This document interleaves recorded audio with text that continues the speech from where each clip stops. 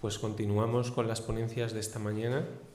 La siguiente ponente se llama Elisa Diago y el título de su ponencia es Cuando no hay documentos, los orígenes y la genealogía de la familia de los Pérez de Vivero, a través de los nobiliarios y otras fuentes narrativas. La autora es graduada en Historia por la Universidad de Valladolid y en Historia del Arte por la Universidad Nacional de Educación a Distancia. Es máster de investigación en Europa y el mundo atlántico, poder, cultura y sociedad, y máster en profesor de educación secundaria obligatoria y bachillerato, formación profesional y enseñanzas de idiomas, en la especialidad Geografía, Historia del Arte. Pues sin más, tienes la palabra. Vale, de acuerdo. Muchas gracias por la presentación y también a la organización por aceptar esta comunicación. Y bien, como has dicho, lleva por título Cuando no hay documentos, los orígenes y la genealogía de los Pérez de Vivero a través de los nobiliarios y otras fuentes narrativas. Antes de entrar en materia, sí que quiero hacer una breve introducción sobre la familia de la que voy a hablar. En primer lugar, el primer personaje que conocemos es Alfonso Pérez de Vivero, que venía de Galicia y muy pronto entró al servicio del condestable Álvaro de Luna y debido a esto se trasladó a la villa de Valladolid durante el reinado de Juan II. Este lugar era uno de los sitios favoritos para el establecimiento de la corte en un momento en el que todavía es itinerante. Debido al servicio a Álvaro de Luna, esto le granjeó la simpatía del rey, que se tradujo en la concesión de mercedes, de cargos como el de contador mayor o formaba parte del Consejo del Rey. Y bueno, finalmente todo esto le permitió fundar un mayorazgo en el año 1452 en favor de su primogénito. Si conocen un poco el periodo, sabrán que es un periodo convulso, primero marcado por los enfrentamientos contra los infantes de Aragón y después por las propias luchas que tenían con las diferentes facciones nobiliarias.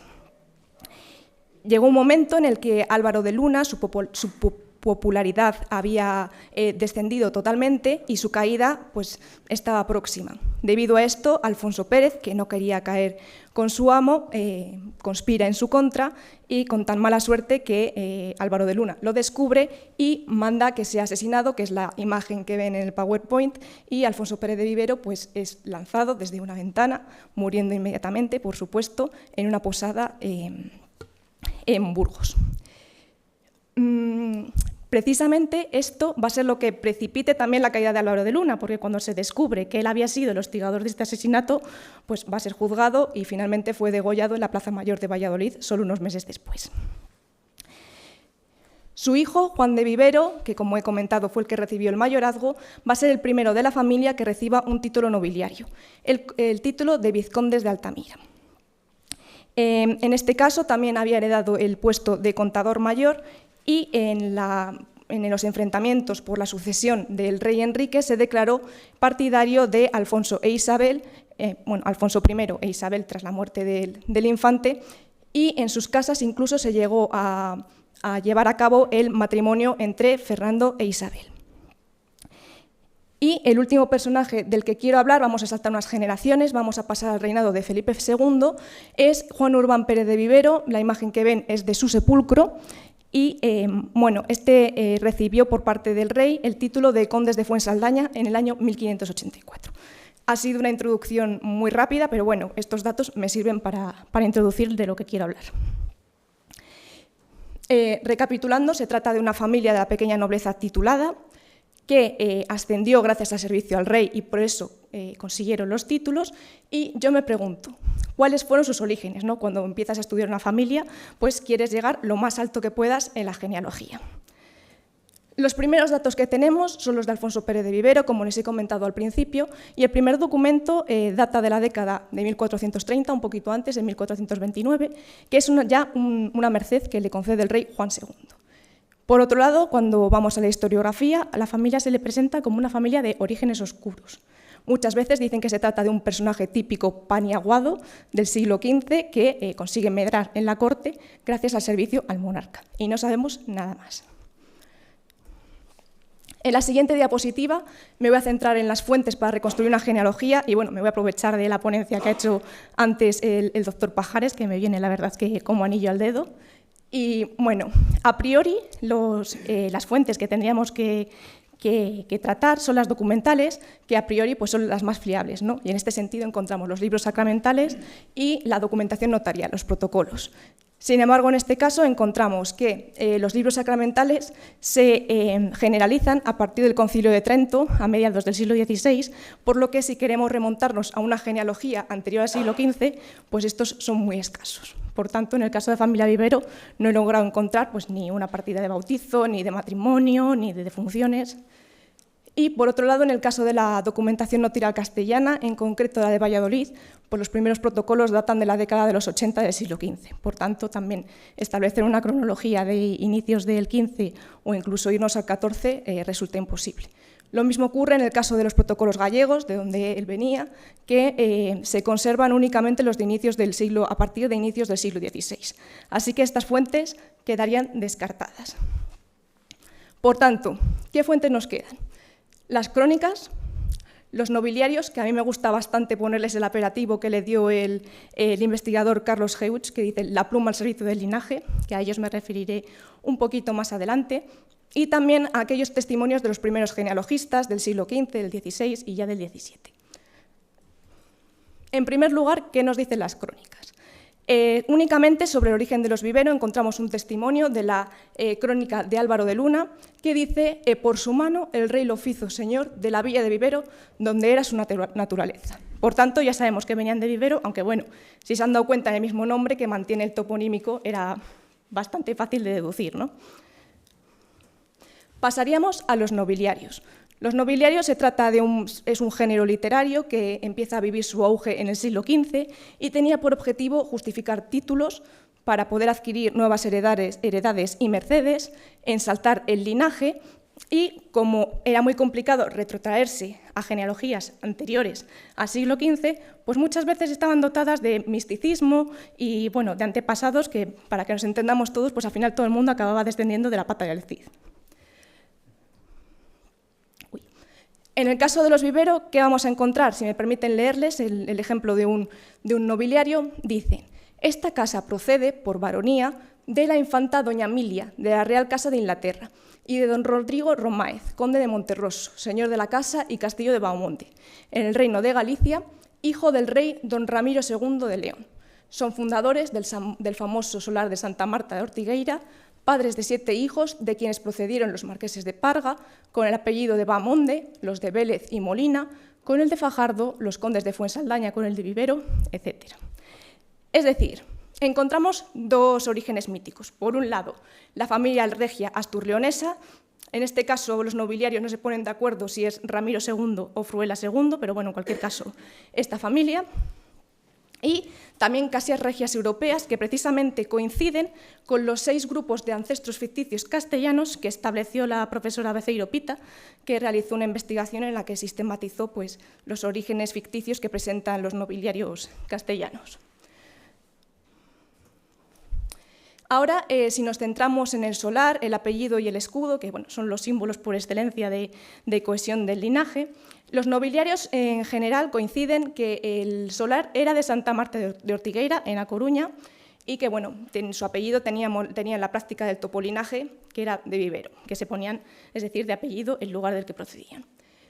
Y esto precisamente sí que encontramos una corroboración documental, concretamente lo que ven en pantalla es un extracto de la carta de mayorazgo de Alfonso Pérez de Vivero, en el que dice: cualquier que este mi mayorazgo heredare, sea tenudo de se llamar por el mi apellido, de Vivero, he de traer, he traía mis armas de Ortigueira.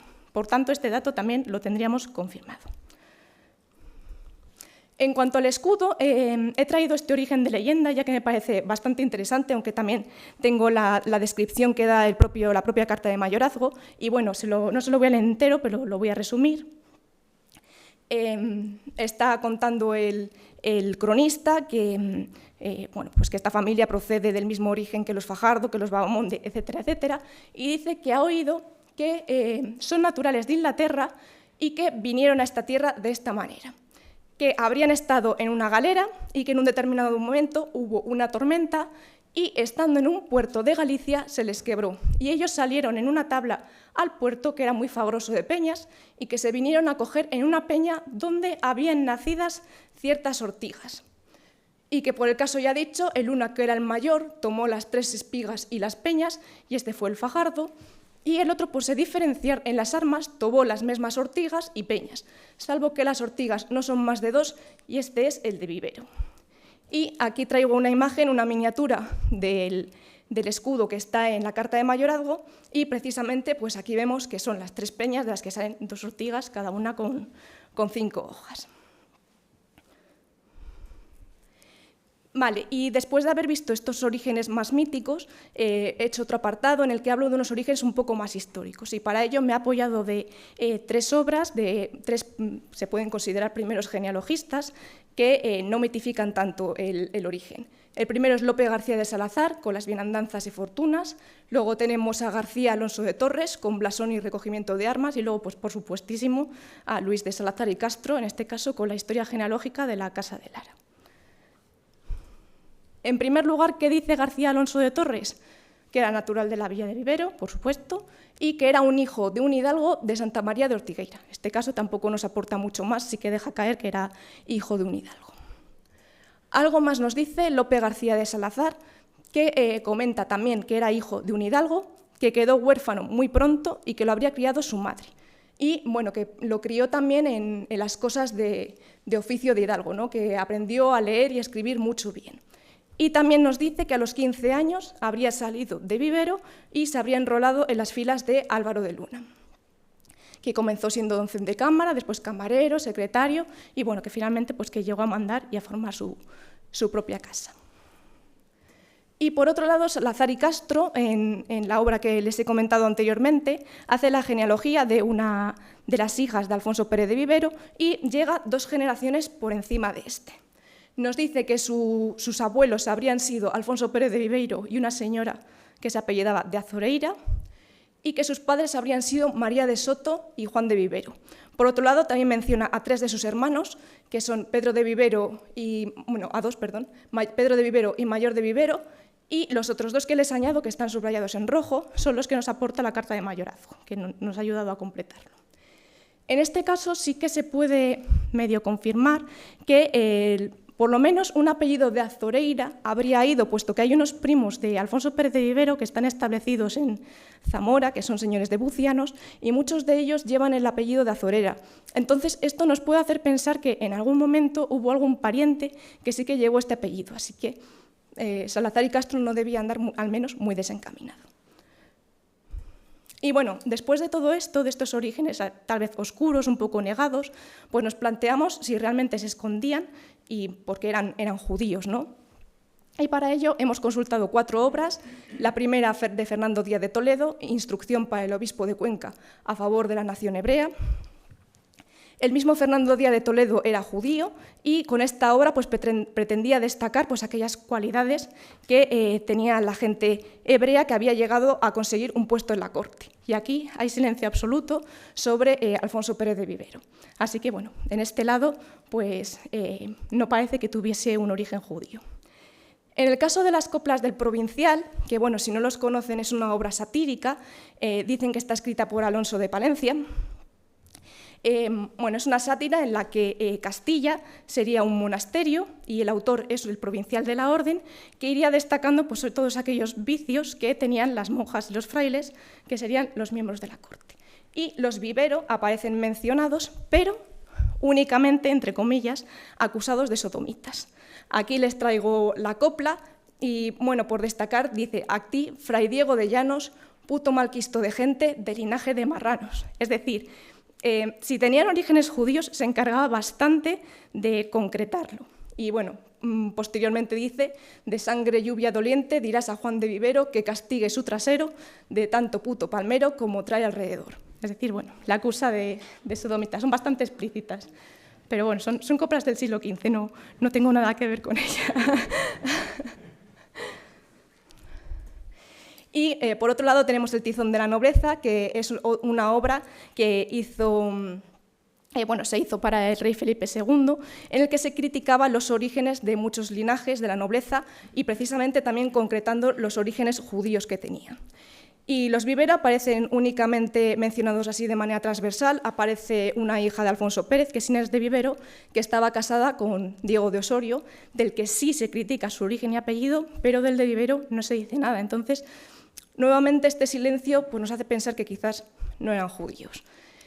Y finalmente les traigo un testimonio histórico de unos disturbios que hubo en Valladolid en 1470. Se enfrentaron dos cofradías, una de ellas es la de la Trinidad, de mercaderes de mayoría conversa, y por otro lado encontramos la cofradía de San Andrés, que eran ciertos escuderos y oficiales y otras gentes que eran cristianos viejos. Y Juan de Vivero, en este caso, se declaró partidario de la cofradía de cristianos viejos. Sí que es verdad que estos datos tampoco pueden ser concluyentes, porque claro, si tenemos en cuenta que venían de Galicia y se establecieron en Valladolid, pues quizás les era más sencillo, en caso de que fueran judíos, ocultar sus propios orígenes. Pero bueno, hasta el momento las fuentes con las que contamos pues, no lo manifiestan, así que la hipótesis que barajo es que no eran judíos. Y bueno, para ir terminando, como se pueden dar cuenta, pues realmente no tengo unas conclusiones y pues tengo viejas y nuevas incógnitas, ¿no? En primer lugar, sí que confirmamos que tuvieron el origen en Santa María de Ortigueira, que procedía de Vivero. De momento descartamos este origen judío. ¿Tendría un padre hidalgo? No lo sabemos, pero bueno, son varias las fuentes que dicen que sí. Salazar y Castro sí que nos aporta datos específicos que parece que sí que se pueden corroborar documentalmente, y por otro lado también me hago la pregunta de cómo llegó al servicio de Álvaro de Luna, ¿no? Que sí que es verdad que nos dicen que fue muy joven, que fue como un doncel con 15 años, pero ¿por qué y cómo lo consiguió? Y también, finalmente, en dos conclusiones, me gustaría hacer una crítica de fuentes sobre estas que he usado cuando no hay documentos.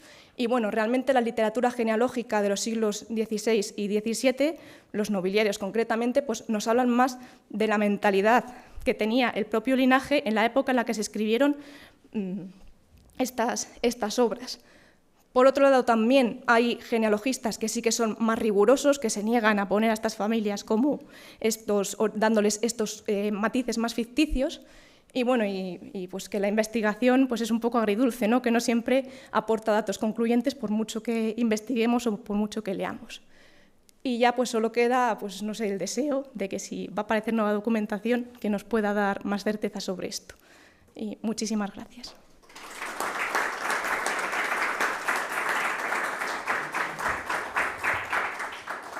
Muchas gracias por la magnífica conferencia. Tenemos tiempo para una o dos preguntas, si hay alguien interesado.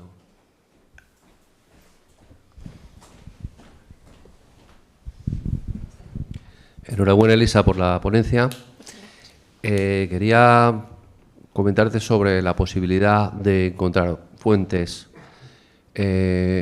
posteriores a estas que te podrían ayudar, a lo mejor en la investigación, que son en la Real Chancillería de Valladolid, los pleitos de hidalguía y el ingreso de caballero de los Vivero en la Orden de Santiago.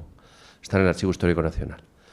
Aquí podrás encontrar a lo mejor alguna reseña que te pueda ayudar a corroborar o a validar tus hipótesis sobre algún ascendiente que hayas podido llegar a principios del siglo XVI. Es importante este linaje porque, bueno, pues no sé si sabéis que se trata precisamente del linaje del caballero de Olmedo. Este Viveiro fue el que murió en el trayecto entre Medina y Olmedo, y la obra de Lope de Vega precisamente habla de esto. Yo achaco a que su asesinato tuvo algo que ver con las comunidades de Castilla y a ser partidario de Carlos V en este conflicto, ¿no?, de comunidades. Pero bueno, ahí tienes esos documentos que te pueden ser válidos, no lo sé, pero podría ser una pista interesante para tu investigación. Sí, bueno, muchas gracias por la aportación. Sí que es verdad que en el texto sí lo he reflejado, sí que he acudido a Chancillería y bueno, de los Vivero únicamente he encontrado una ejecutoria de hidalguía, pero de la rama que se queda en Galicia, que no comparte ascendientes con estos Pérez de Vivero que se quedan en Valladolid. Y también es verdad que, bueno, que en Chancillería los pleitos conservados también son pues, los más tempranos, en muy finales del XV y ya principios del XVI. Y de los expedientes de entrada de la Orden de Santiago también he podido consultar alguno, y sí que es verdad que normalmente empiezan todos en Alfonso Pérez de Vivero, porque también, como es el que dio abolengo real a la familia, que al final el primer título nobiliario viene con su hijo, pues suelen retrotraerse y quedarse ahí todavía. Pero bueno, seguiremos buscando a ver si aparece algo que nos dé más pistas. Perfecto. Pues no sé si hay alguna otra pregunta. Si no, hacemos un pequeño receso de media hora y reanudamos las conferencias dentro de un rato.